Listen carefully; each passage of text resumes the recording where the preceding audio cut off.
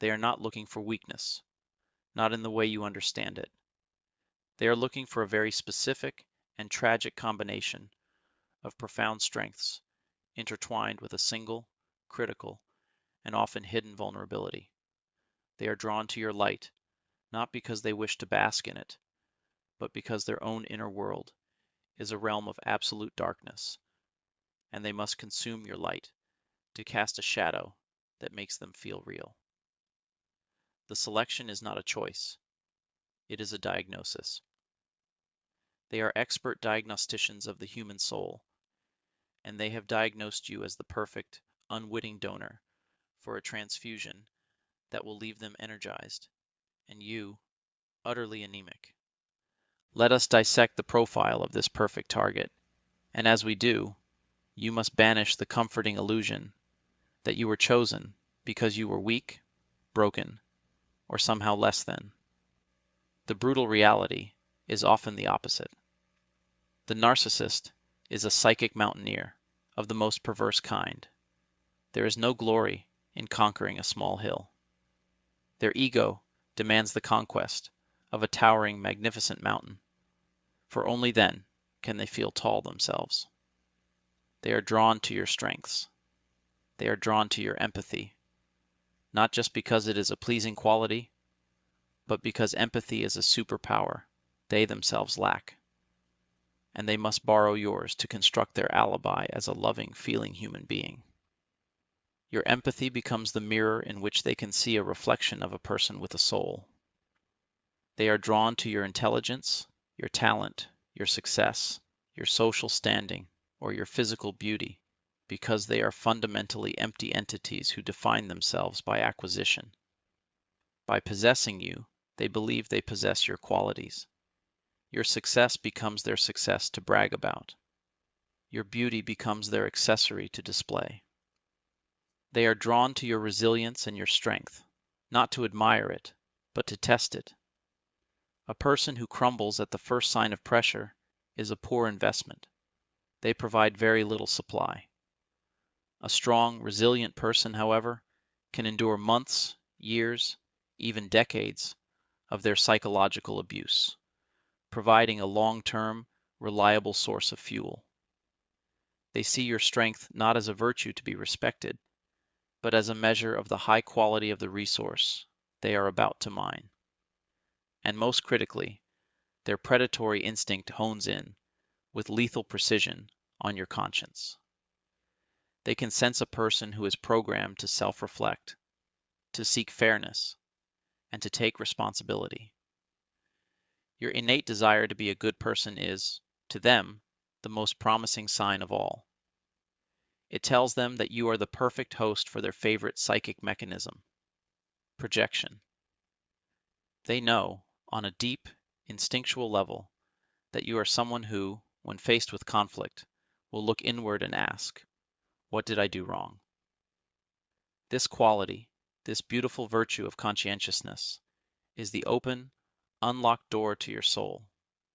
It is the welcome mat laid out for them to wipe their dirty feet on as they enter and begin the process of making your inner world their personal landfill for every ounce of their own shame, blame, and self-hatred.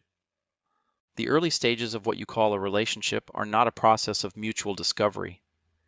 They are a subtle, predatory interview and a reconnaissance mission designed to confirm your suitability as a long-term host. The narcissist will conduct a series of small, almost imperceptible tests to gauge the permeability of your boundaries. They will be a little late for a date, to see if you get angry or just wait patiently. They will make a slightly off-color joke at your expense to see if you laugh along to keep the peace or call them out. They will ask for a small, inconvenient favor early on to see if you will abandon your own needs to meet theirs. They will create a minor, manufactured drama and then watch, with the cold detachment of a scientist observing a rat in a maze, to see if you rush in to fix it, to soothe their feelings, to take the blame for the misunderstanding. Each time you apologize when you've done nothing wrong, each time you let a boundary be crossed, each time you prioritize their comfort over your own integrity, You are passing their tests with flying colors. You are signaling to them that you are willing to contort your reality to fit theirs. You are demonstrating your capacity to serve as the emotional regulator for their chaotic inner world. And this brings us to the most insidious and heartbreaking truth of their selection process. The narcissist chooses you for your virtues, and their entire project is to take those very virtues and systematically invert them until they become the instruments of your own torture. They will weaponize your empathy, using it to make you feel perpetually guilty and responsible for their happiness.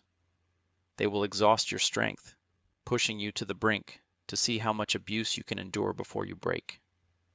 They will exploit your loyalty.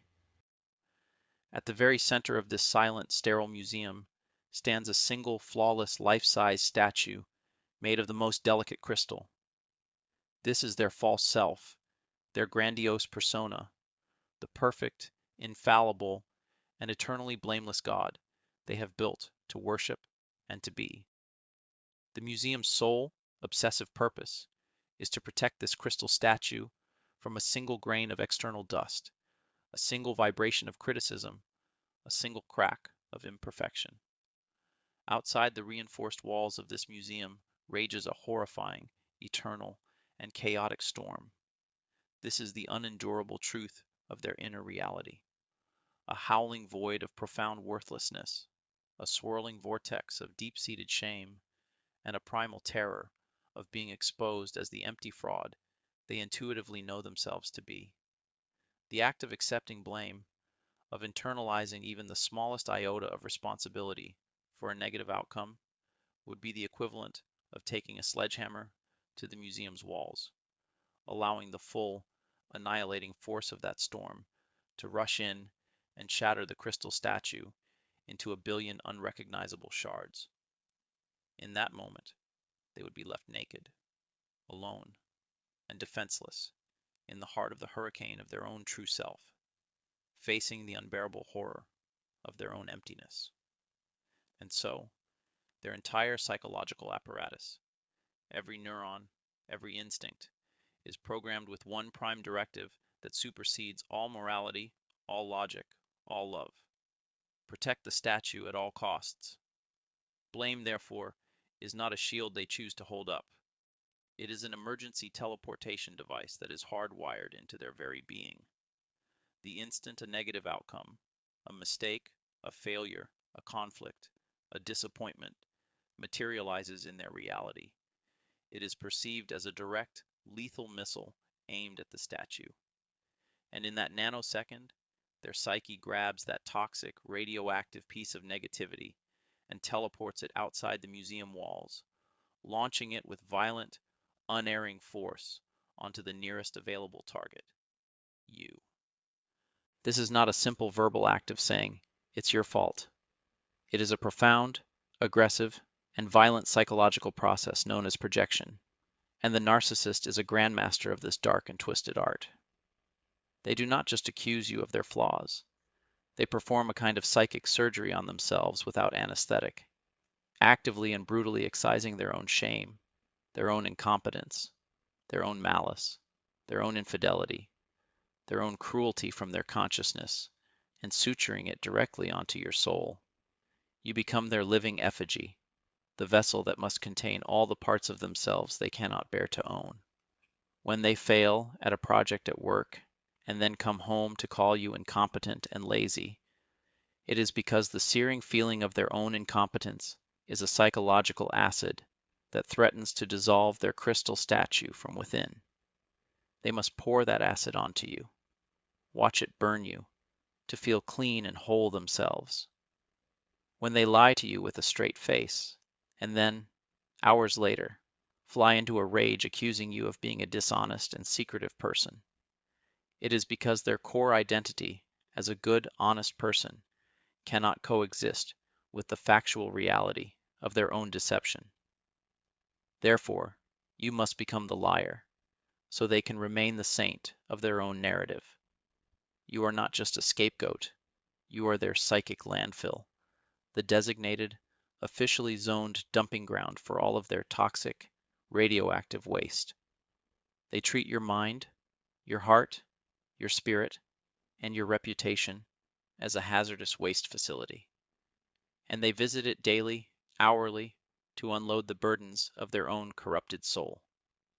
This is the very reason why their accusations feel so bizarre, so surreal, so utterly disconnected from reality that it makes you feel you are going insane.